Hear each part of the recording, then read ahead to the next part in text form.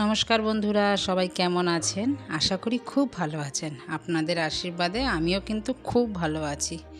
তো চলুন বন্ধুরা, আজকে সকালবেলায় আপনাদের নিয়ে চলে যাই বাগানে। আমার বাগানে দেখুন কত উচ্ছে হয়েছে, দেখেছেন? বড় বড় উচ্ছে বাগানে ঝুলছে। আজকে উচ্ছে ভাজা করব। তো বেশি দিন থাকলে পরে উচ্ছেগুলো পেকে যাবে, কয়েকটা পেকেও গেছে। তো চলুন এখন উচ্ছেগুলো সব তুলে নিই। এটা আবার বেঁকে গেছে, কতগুলো লম্বা লম্বা হয়েছে আর কতগুলো বেঁকা বেঁকা, কতগুলো ছোট ছোট মোটা মোটা, মানে বিভিন্ন রকমের উচ্ছে হয়েছে আমার গাছে।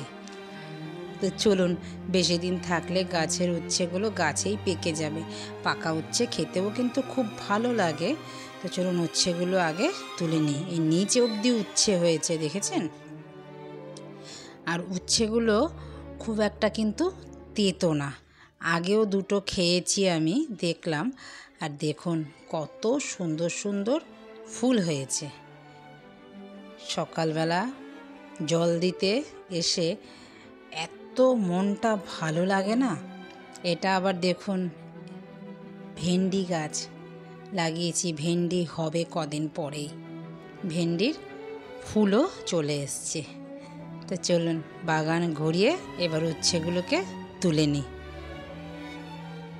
অনেকগুলো, কতগুলো পাই দেখি উচ্ছেগুলো। দেখুন অনেকগুলো কিন্তু উচ্ছে হয়েছে। তুলতে তুলতে আমি কিন্তু বুঝতে পারিনি যে এত উচ্ছে হয়েছে। দেখুন কত, প্রায় হাফ ঝুড়ি উচ্ছে হয়ে গেছে। চলুন উচ্ছে তুলে ঘরে চলে এসেছি। এখন উচ্ছেগুলোকে গোল গোল করে পাতলা পাতলা করে কেটে নেব। তো বন্ধুরা, আপনারা উচ্ছে ভাজা কিভাবে খান, আমি কিভাবে উচ্ছে ভাজা করি, পুরো ভিডিওটা দেখতে থাকুন। উচ্ছেটা পাতলা পাতলা করে কেটে নুন দিয়ে মেখে রেখে দিলাম। আর এখানে ডাল ভাত তো বসিয়েই গিয়েছিলাম, ডালও হয়ে গেল। ডালটাকে নামিয়ে নিলাম, আম ডাল করেছি। আর উচ্ছের মধ্যে নুন হলুদ মেখে রেখে দিয়েছিলাম ধুয়ে। আর এবার তেল গরম হওয়ার পরে দিয়ে দিলাম দুটো শুকনো লঙ্কা আর একটু কালো জিরে ফোড়নে। তারপরে উচ্ছেগুলো দিয়ে দিলাম। এবার উচ্ছেগুলো নেড়ে নেড়ে ভালো করে বেশ লাল করে কড়া করে ভেজে নেব। এইরকম উচ্ছে ভাজা খেতে আমাদের খুব ভালো লাগে। এর মধ্যে একটু তেলটা বেশি দেব। আমার মেয়ে উচ্ছে ভাজার যে তেলটা থাকে, ওই তেলটা দিয়ে ভাত খেতে খুব ভালোবাসে। আপনাদের দাদাও এই রকম উচ্ছে ভাজাটাও খেতে খুব ভালোবাসে। তো উচ্ছে ভাজা কিন্তু আমার হয়ে গেছে। চলুন এবার নামিয়ে নিলাম। আজকে বন্ধুরা রান্না সেই রকম কিছু করব না। সেই দিনকে না মাংস করেছিলাম। মাংস অল্পই করেছিলাম, রাতে করেছিলাম। খাবার সেরকম কিছু ছিল না, তো মাংস করেছিলাম। সেই মাংসের আলু আর ঝোল অনেকটা রয়ে গেছে। তো সেটা দিয়ে আজকে কি করি, তো পুরো ভিডিওটা কিন্তু দেখতে থাকবেন। তো চলুন, সারা সপ্তাহের জন্য এবার মশলাটা রেডি করে রেখে দিই। এটা কিন্তু সবথেকে জরুরি। কেন, কদিন ধরে নিরামিষই গেল, একাদশী দ্বাদশী জানেনি।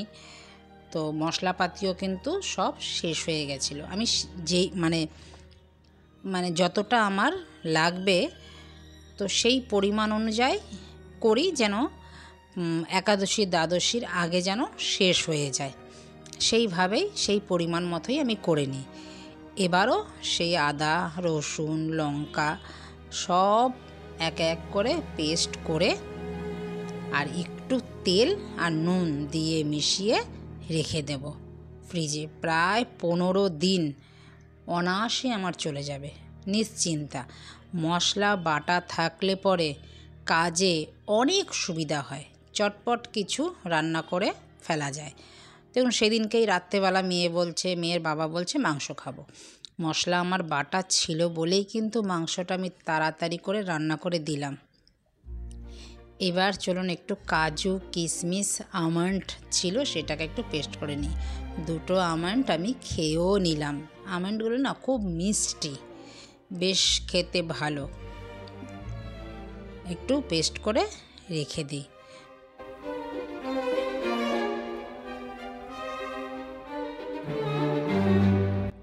পেস্ট করা থাকলে বললাম না সময় খুব কম লাগে। আমি এবার পেঁয়াজও একটু আধা পেস্ট করে রেখে দিলাম। আমার 1 সপ্তাহ বা 15 দিন নিশ্চিন্তভাবে রান্নার জোগাড় কিন্তু আমার হয়ে গেল। মশলাটাই হচ্ছে মেন। এবার চলুন 3টে ডিম নিয়ে নিয়েছি, পেঁয়াজ লঙ্কা কুচিয়ে নিয়েছি, নুন দিয়ে দিয়েছি, ভালো করে এবার গুলিয়ে নিই। বললাম না কি রান্না করব আজকে, তো চলুন দেখুন কি করি। বন্ধুরা আপনারাও কি এইভাবে খান? তো ওইখানে দেখেছেন আলু আর ঝোলটা কিন্তু পুরো ফুটে গেছে। এইবার আমি ডিমের অমলেট বানিয়ে নেব। আমার মতন এইরকম কে কে খান বন্ধুরা আমাকে কিন্তু কমেন্ট করবেন। 3টে ডিম নিয়ে নিয়েছি, ডিমটাকে অমলেট করে কেটে কেটে এই ঝোলগুলোর মধ্যে দিয়ে দেব। খেতে কিন্তু খুব ভালো লাগবে আর ঝোলটা ফেলাও যাবে না। ডিমটাকে যতটা পারলাম গোল করে নিলাম। আর 3টে ডিম যেহেতু দিয়েছি অমলেটটা কিন্তু বেশ মোটা হবে। এবার একটু ওপরটা কাঁচা কাঁচা থাকতেই আমি রোলের মতন যেরকম অমলেট করে সেই রকম করে নেব। দেখুন এইরকমভাবে করে নিচ্ছি। তো এইভাবে মানে পাল্টে পাল্টে দিলে পরে ভেতরটাও বেশ নরম থাকবে আর ঝোলের মধ্যে দিলে পরে আট্ট সেদ্ধ হয়ে যাবে আর কিন্তু খেতেও কিন্তু খুব ভালো লাগবে। দেখুন আমি কিন্তু এরকম করে নিলাম। এবার উল্টানো যাচ্ছে না, অনেকটা মোটা হয়ে গেছে না। চলো একটু কেটে নিয়ে উল্টে দেখি তো হয় কি না।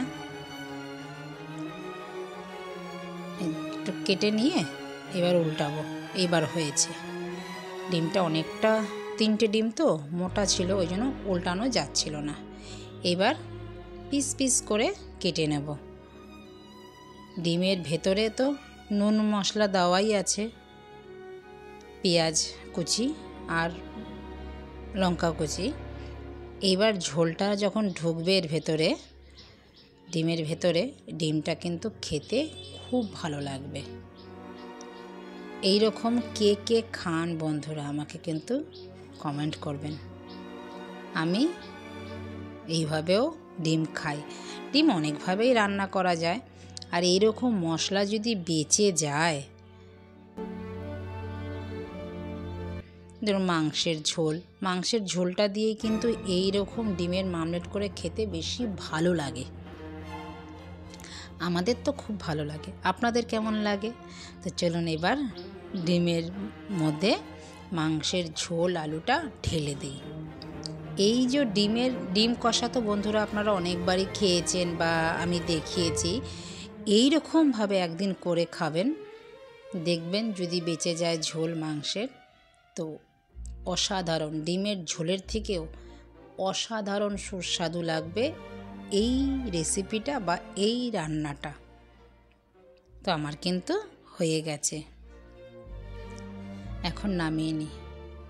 তো বন্ধুরা ভিডিওটা আপনাদের কেমন লাগলো? যদি ভালো লেগে থাকে লাইক কমেন্ট শেয়ার করতে কিন্তু ভুলবেন না। চ্যানেলটিকে সাবস্ক্রাইব করে রাখবেন, পাশে থাকা বেল আইকনটি প্রেস করে রাখবেন। আমি যখন এইরকম ভিডিও আপলোড দেব সবার আগে আপনাদের নোটিফিকেশন পৌঁছে যাবে। আপনাদের মূল্যবান সময় অনুযায়ী আপনারা ভিডিওটা পরে দেখে নিতে পারবেন। তো চলুন, এখন বাপের বাড়ি গিয়েছিলাম, দাদা ঝিল থেকে মাছ ধরে নিয়ে এসছে, সেটাকে দিয়ে দিয়েছে, সেটাকে কেটে আজকে ফ্রিজে তুলে রাখি, অন্যদিন রান্না করব। তো দেখা হচ্ছে পরবর্তী ব্লগে। সবাই ভালো থাকবেন, সুস্থ থাকবেন, আর ভিডিওটা যদি ভালো লেগে থাকে লাইক কমেন্ট শেয়ার করে দেবেন। দেখা হচ্ছে পরবর্তী ব্লগে। নমস্কার, টাটা।